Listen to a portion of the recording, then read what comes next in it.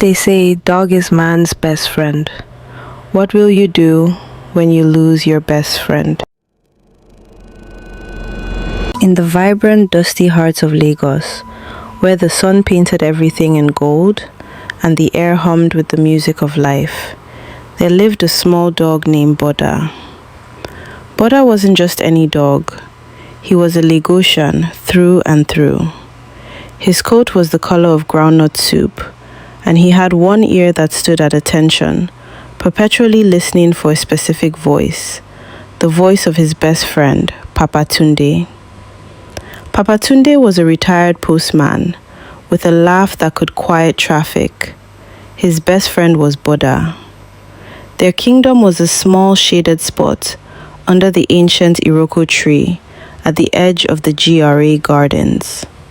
There, Papa Tunde would sit on his worn wooden stool, shelling peanuts, while Boda rested his chin on the old man's slipper. "See this one, Boda," Papa Tunde would say, pointing at a passing butterfly. "That's a letter from the ancestors, just passing through." Boda would wag his tail, believing every word.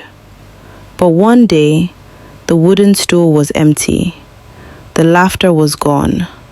Papa Tunde's children, with tears in their eyes, packed his things. Boda didn't understand the words stroke or he's gone. He only understood absence. The house felt too quiet. So, Boda began his pilgrimage. He'd slip out, a small purposeful streak of brown, navigating the chaotic dance of danfos and street hawkers. He'd trot all the way to their Iroko tree.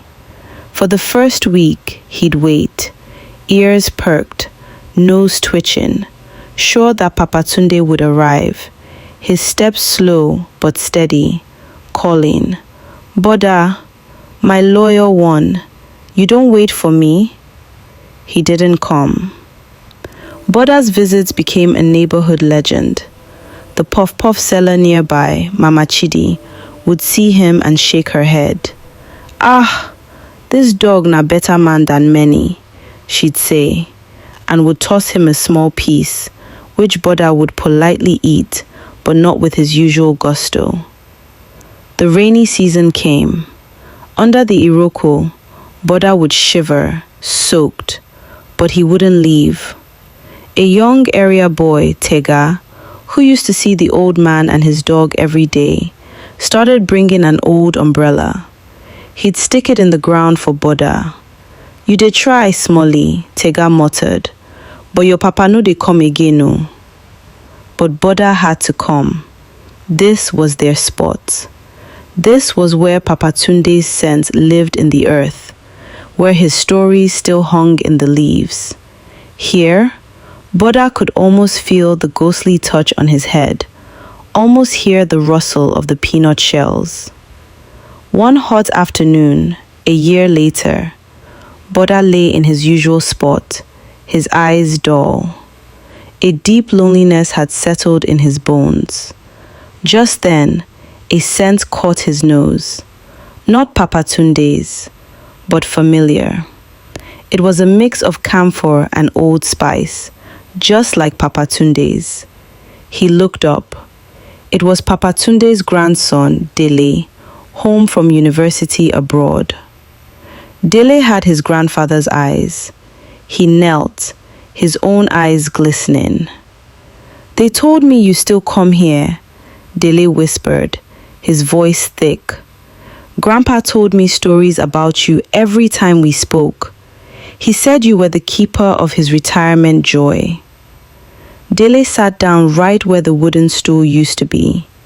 He didn't have peanuts, but he pulled out 2 biscuits. He placed one beside Boda and held the other. "You know, Boda," Dele said, looking at the tree. "He told me that under this tree, he confided in you about everything. How he missed Grandma. How proud he was of my mom. You were his best confidant."